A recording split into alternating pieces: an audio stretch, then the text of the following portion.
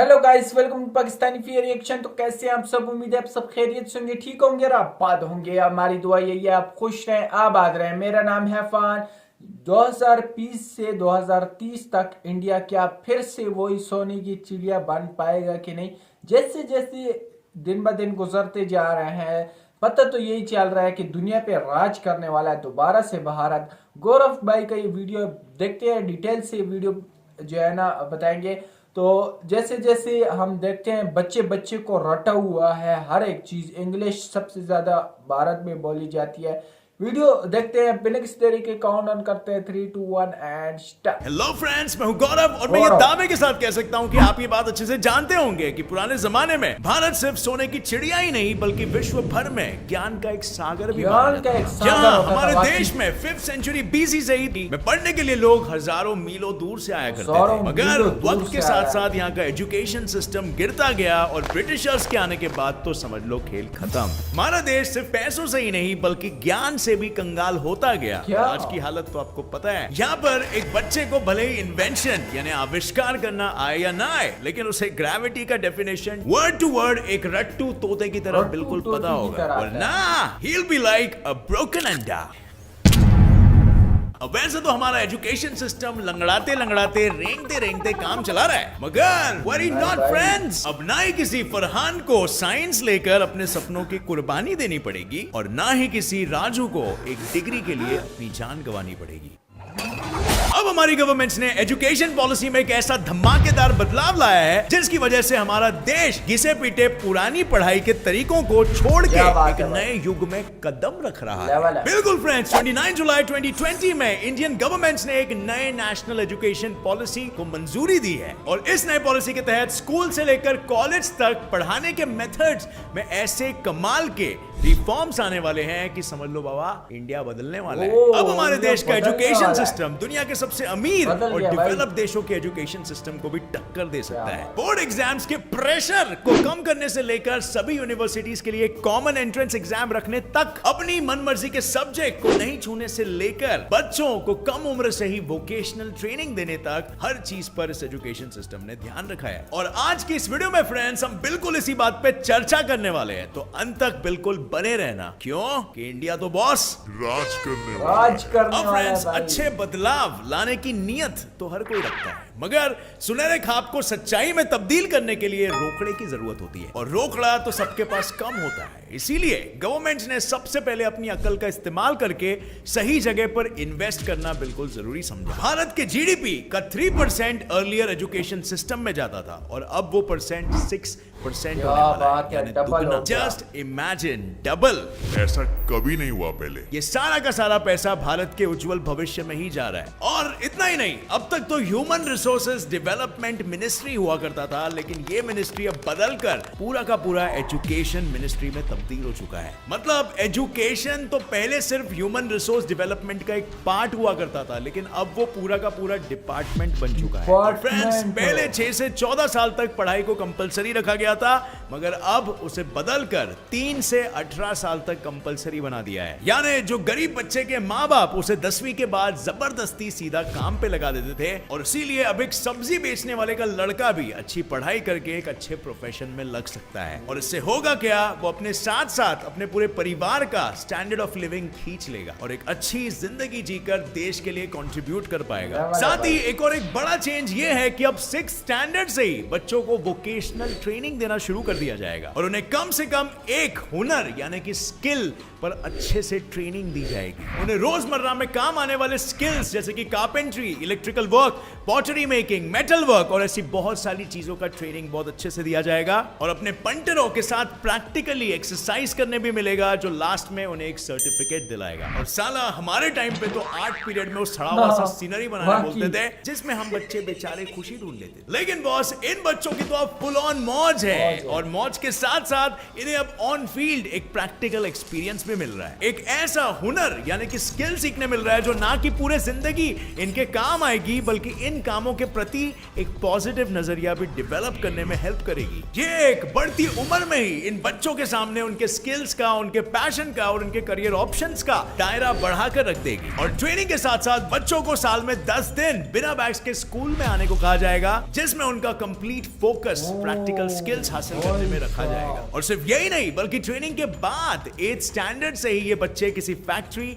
या इंडस्ट्री में बकायदा ऑन फील्ड प्रैक्टिस कर पाएंगे, स्किल्ड बन पाएंगे, professional work ethics first hand सीख पाएंगे। अब आते हैं हमारे दूसरे पीटी पीरियड, मेरा मतलब एक कंप्यूटर पीरियड में। पावर पॉइंट सीखो, प्रेजेंटेशन बनाओ और ए लाओ। लेकिन इतना सब सीख कर भी बच्चे कभी भी स्कूल डेज में एक टेक सेवी इंसान नहीं बन पाए। इन्वेंशन तो दूर की बात, I am sure friends, computer की दुनिया आपको स्कूल डेज में कभी समझ नहीं आई होगी, राइट? सो इस प्रॉब्लम को जड़ से निकालने के लिए और हर एक बच्चे को कंप्यूटर और टेक्नोलॉजी से प्यार करवाने के लिए न्यू एजुकेशन पॉलिसी के तहत बच्चों को 6th स्टैंडर्ड से ही कंप्यूटर कोडिंग सिखाया जाएगा। मतलब कोड करो और अपने कमांड्स खुद बनाओ। Interesting, right? That's not it. इसके अलावा इस नई पॉलिसी में गरीब बच्चों को और अपंग बच्चों का भी ध्यान रखा गया है। उनके लिए फ्री में रहने के लिए जगह प्रोवाइड की गई है, पौष्टिक आहार, डिसेबिलिटी गैजेट्स जैसे कि व्हील्स, चेयर्स, हियरिंग एड्स और इलेक्ट्रॉनिक ब्रेल डिवाइसेस एटसेट्रा का इस्तेमाल करने के लिए उन्हें प्रोत्साहित किया जाएगा और उन्हें सिखाया भी जाएगा। और इसीलिए अब कहीं से भी, भारत के कोई भी कोने से भी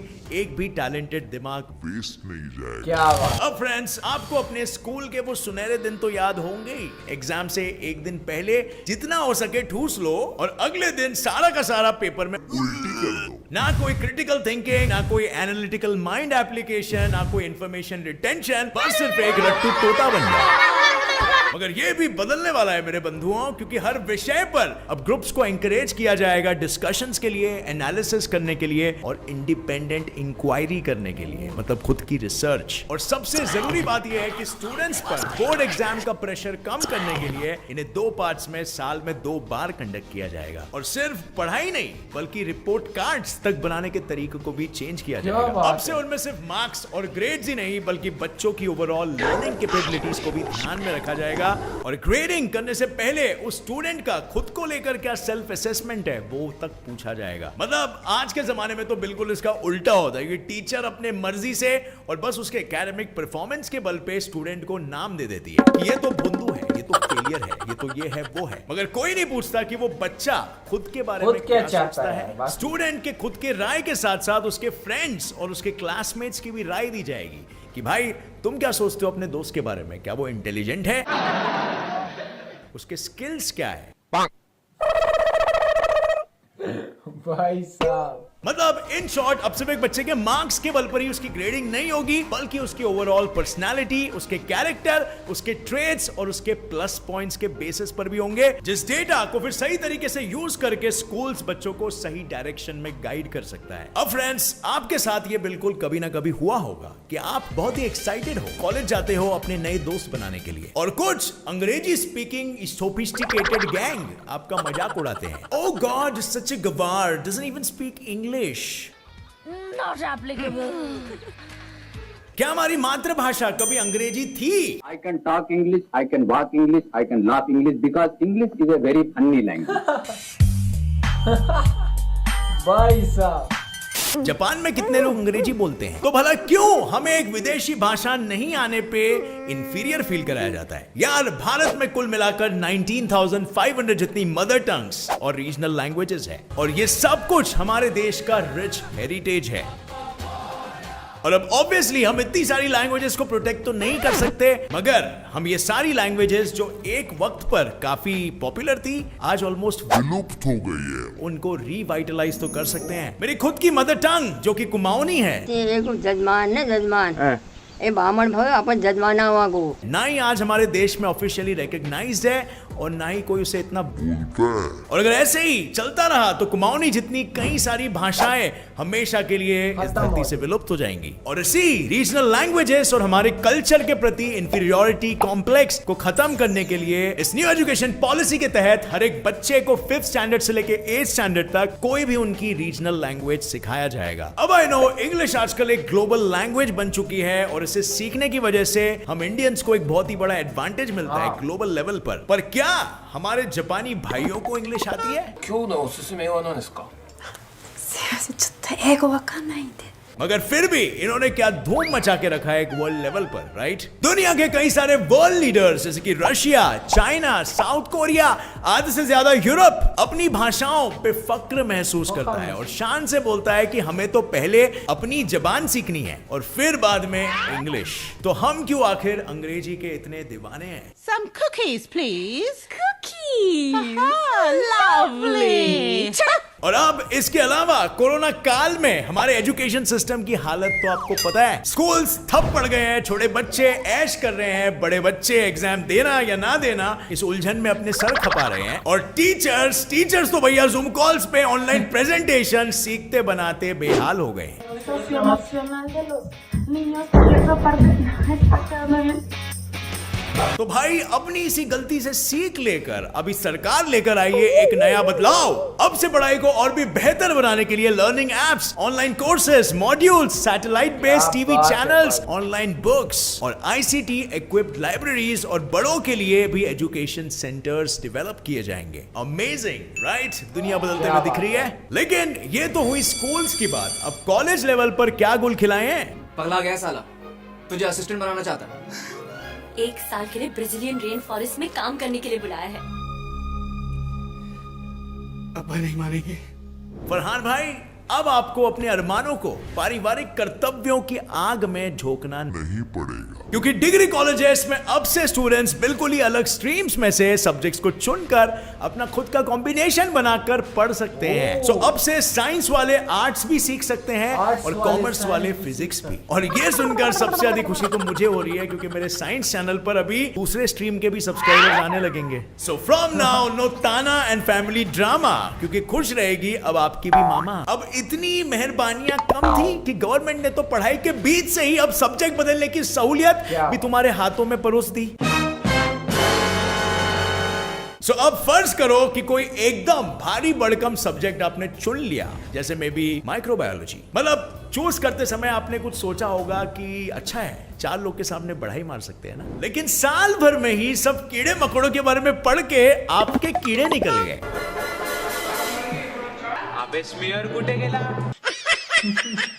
तो अब किया तो किया क्या जाए बंधु, 3 साल तो आपको झक मार के इसे पढ़ना ही पड़ेगा। कुकर जैसे सर की बच जाए ना सीटी तब तक मार रट्टा मार। मेरा मतलब है रटना ही पड़ेगा। लेकिन अब ऐसा नहीं होगा। पहले तो आपका डिग्री 4 साल का होगा और इन 4 सालों में आप कभी भी अपना डिग्री बदल सकता है। और इतना ही नहीं बल्कि आपके प्रीवियस सब्जेक्ट जो प्रीवियस डिग्री थी उसके भी क्रेडिट्स आगे ऐड होंगे। और इसके अलावा अगर तुम 1 साल बाद मेरे जैसे यूट्यूबर बनना चाहो और कॉलेज ड्रॉप आउट करना चाहो तो 1 साल पढ़ने के बाद भी आपको सर्टिफिकेट मिलेगा। ऐसा नहीं वो माफिया जो होता है 3 साल करना पड़ता है पूरा, और 2 साल करने के बाद आपको एक डिप्लोमा तक मिल जाएगा और 3 साल के बाद पूरी की पूरी डिग्री। अब सारे प्रॉब्लम्स और परेशानियों के बारे में हमने बात कर ली, मगर एक सबसे बड़ा प्रॉब्लम रह गया। वो प्रॉब्लम है कि भारतीय टैलेंट का ब्रेन ड्रेन।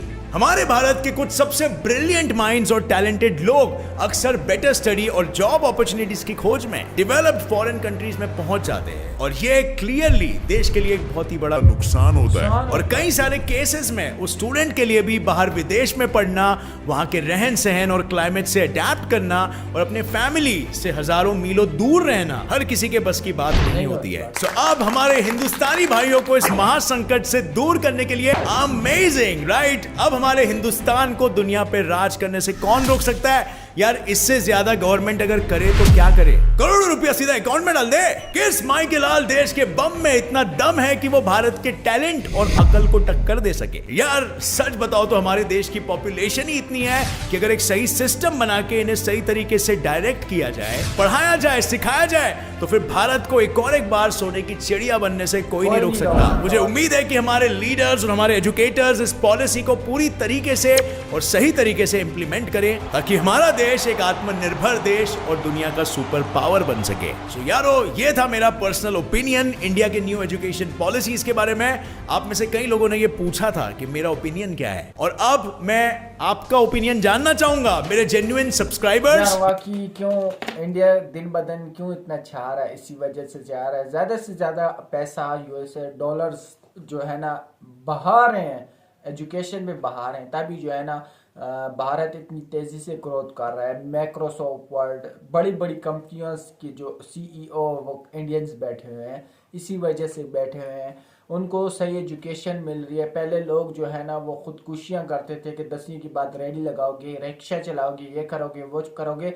10वीं के बाद भी जो है ना उनको जो है ना इतनी सहूलतें मिल रही हैं, स्कूल के अंदर इतनी सहूलत मिल रही है।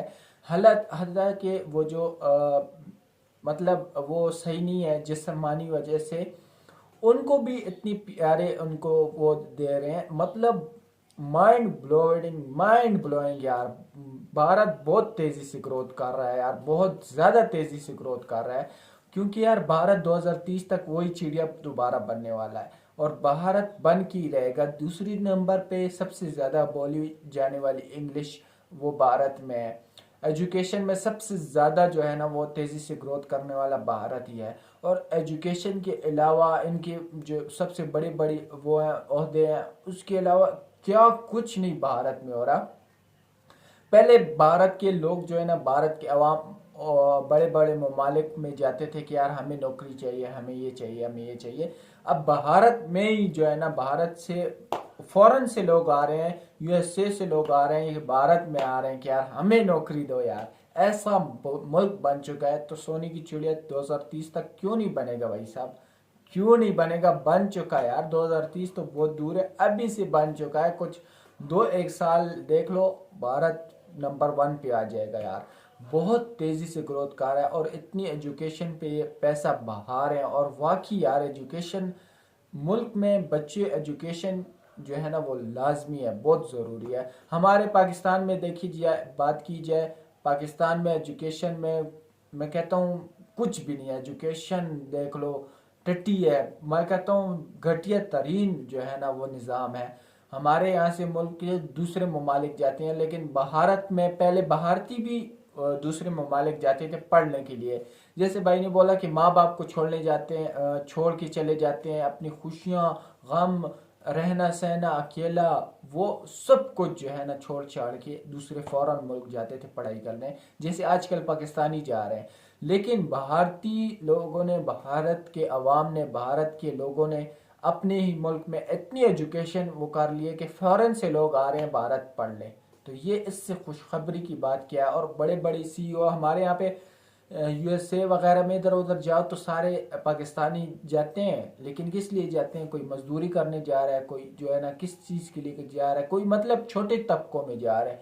लेकिन भारत में बड़े बड़े माइक्रोसॉफ्ट वर्ड, आपने देखा होगा, गूगल को देख लो, हर एक कंपनी की सीईओ बैठे हैं, इंडियंस बैठे हैं यार। उनको पता है यार, उनके एजुकेशन का हर एक चीज़ के बारे में उनको समझाते हैं। उनके पास स्किल्स है, उनके पास हर एक चीज़ की ऑनलाइन जो है ना, मतलब वो कंपनियों में दिखाते हैं। वो दूसरे ये है कि हमारे यहाँ पे पढ़ाई में रटाए जाते हैं कि बस पढ़ाई पढ़ाई पढ़ाई, और हमें जो है ना सामने नहीं दिखाते। उनके जो है ना एजुकेशन में सामने दिखाते हैं, कंपनियों में लेके जाते हैं स्कूल के बच्चों को। उनको हर एक फैसिलिटीज 10 दिन जो है ना वो स्कूल के बैग जो किताबें होती हैं वो लेके ही नहीं जाते हैं। तो वो जो है ना और कंपनियों को सर्च करते हैं, उधर काम करते हैं कि यार हाँ मैं इस फील्ड में होना चाहता हूँ। तो यार ये होता है, मुल्क इसी तरह चेंज होता जा रहा है। आपका क्या कहना है कमेंट सेक्शन में ज़रूर बताएं। तो आज के लिए इतने ही, तब तक के लिए अपना ख्याल रखिएगा।